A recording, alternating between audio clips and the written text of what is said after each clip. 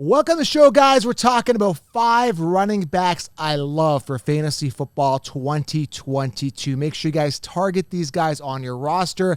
Major upside, and you want to secure that running back position very early and load up on those running backs. You never want to be too short on running backs. That's a position you cannot take chances with. So, 5 running backs I love for fantasy football 2022. The very early list. Gonna dive into that right now. Before we do, guys, head on over to manscaped.com. Use code SHOWERLION20. Save yourself 20%. I use their trimmer. I use their shampoo. I use their body wash. Amazing products. The fit and finish is phenomenal.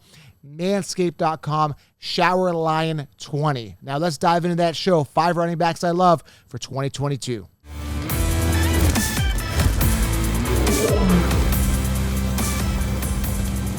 All right, guys, welcome to the show. We are talking about 5 running backs I love for fantasy football 2022. I'm excited to dive into this episode. Now, before we get into this, guys, make sure you guys do secure the 16-round draft solution. This is the game changer. Video training with notes, cheat sheet, optimal players drafted each round, sleepers, breakout, everything you guys need to get ready for your draft. I know it's early, but get in for the lowest price this season. 16-round draft solution. I've linked it below on YouTube, or head on over to thefantasyfootballaccounts.com. Secure the solution. All right, guys, let's go. Let's dive in. The first running back here that I absolutely love for fantasy football 2022. Actually, the first 2 are a little more obvious. The last 3 you might be able to get for value depending on the landscape of the NFL draft and how we go into this season. Okay, so the first person that I absolutely love is Derrick Henry. Well, Joe, thanks, Captain Obvious. We already know that, but a lot of people may have Jonathan Taylor ahead of Derrick Henry, but I still genuinely feel that Derrick Henry could have himself an amazing year. And what I love about Derrick Henry is the volume. I mean, there's no shortage of volume at all for Derrick Henry. So when I look at him, I look at a guy that was, he played 8 games. Played 8 games, and still, when you look at it from an attempt point of view, and that's one thing I look at, is I look at volume.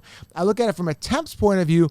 Derrick Henry was actually 10th in attempts, guys. 219 attempts in only 8 games. 10th in attempts amongst running backs. And he only played 8 games. Like, that puts it in perspective how much this guy runs. Now, when you look at it from a touchdown perspective, Derrick Henry was 6th amongst running backs in touchdowns. Now, this is absolutely phenomenal numbers, considering he played less than half the season. So, Derrick Henry, injuries happen. He was due for a decline. This was the decline year for him. He is the guy, and I don't see any shortage of attempts and volume for him going into 2022. So, I absolutely love him. I know he's an obvious name, but I had to state it here, and I just think the ceiling is still high for Derrick Henry. I still think he has 1, maybe 2 solid good years left out of him where he's going to be producing on a super high level. So I'm going to continue to look to target him this year and looking for a bounce back season based off that injury. Okay, coming at number 2 here, love him, Najee Harris. You guys know that. Everybody had this guy outside the top 10 in their rankings last year. I mean, everybody had him outside the top 10. And when I'm looking at magazines, when I'm looking at consensus rankings, he was outside. And everybody was like, well, Najee Harris, I'm not sure, the bad O-line, this and that. Najee Harris actually finished 3rd amongst running backs in PPR. Yes, ahead of Aaron Jones, which people had Aaron Jones ahead of him. Yes, ahead of Nick Chubb. Yes, ahead of Dalvin Cook. Yes, ahead of pretty much everybody in the mainstream said that they had ahead of him, including Joe Mixon, right? And Joe Mixon had a good year as well.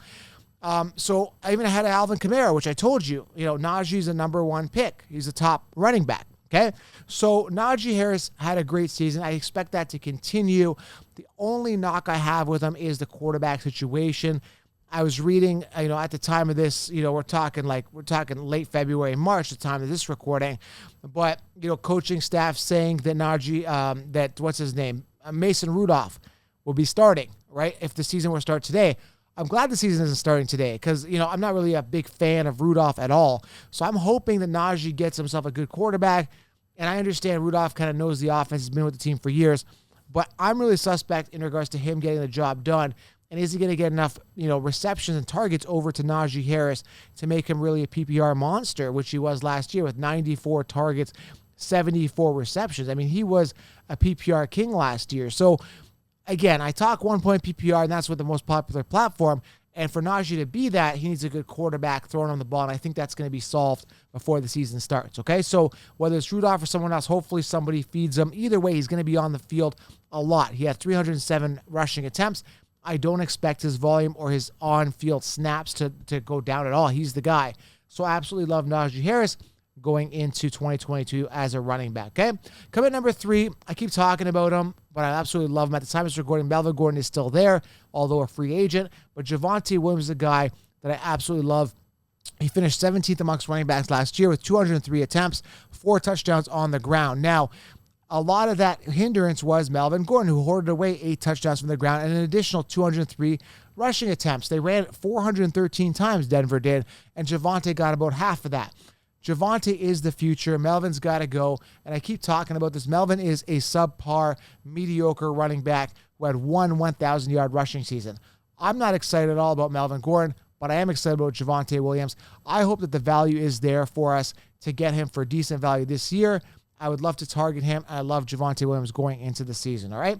Coming at number 4 here, Michael Carter, another one I love. Now, Michael Carter, he does have a suspect offense, obviously, with the Jets, and that's understandable. I understand why people would be deterred from him, but this is a guy that had 147 attempts, led the team in attempts last year. Mind you, only had 4 touchdowns as well, but that should increase this year, going into his second year. Now, he was a 4th-round pick out of North Carolina. Not a huge draft capital in him, but the guy did well when he was on the field this year. And again, there isn't any competition there. Now, I'd like to see the Jets make some improvements on their O-line, hopefully get some good receivers, maybe a quarterback change. I don't know. But Michael Carter is primed. I don't think they addressed the running back position. I think they're set with Carter. I expect his volume to go up. I'm looking at a 200 attempt floor, up from his 147 attempts last year. I mean, 639 yards. We need that to go up. He's going to break 1,000 for sure if given the full workhorse running back load. I do like Michael Carter, and I think I can get him for good value. Currently sitting 23rd amongst running backs on the consensus Concheapsis rankings right now, okay? And number 5 here, I'm rolling the dice here. We're going to have to see what happens with James Robinson, but Travis Etienne, I do like him. I think people are going to sleep on him. He's sitting 34th amongst running backs in the rankings. You can get him for a value. And understand, guys, the Jacksonville Jaguars invested high draft capital in him, and they believe in Travis Etienne. So I genuinely believe that Travis Etienne is going to get more volume, is going to get a lot more volume this year. He didn't play last year. He had a foot injury last year. He didn't play the season. He got injured before the season started. But I'm saying he's going to get a lot of volume this year, I think, even with James Robinson there, because, again, early draft capital in him, youth. And I don't know if the Jacksonville Jaguars believe in James Robinson, who was okay at times during the season last year, but was injured for other parts of the season. So I think Etienne is the future. He's got that rapport with the quarterback. So again, Etienne, Lawrence could be a good connection. I'm going to bank on him as a sleeper here, fantasy football running back sleeper that you could probably get for good value. Either way, I love the upside here in the offseason, early in the offseason here as we are analyzing running backs going into the season. Now, there's other running backs I love I won't dive into in this show, but you guys understand you have to subscribe, leave a thumbs up, and I will be diving more into that. And I lay it all out, guys. You want all the answers in the 16-round draft solution. Make sure you guys grab that. So just to recap here, Derrick Henry, Najee Harris, Javonte Williams, Michael Carter, and Travis Etienne. 5 running backs I'm loving in regards to going into 2022 fantasy football and the upside that they may possess going in. All right, guys, make sure you guys do subscribe, thumbs up, and let me know below. Do you love these guys, and who do you love at the running back position? Talk to you soon.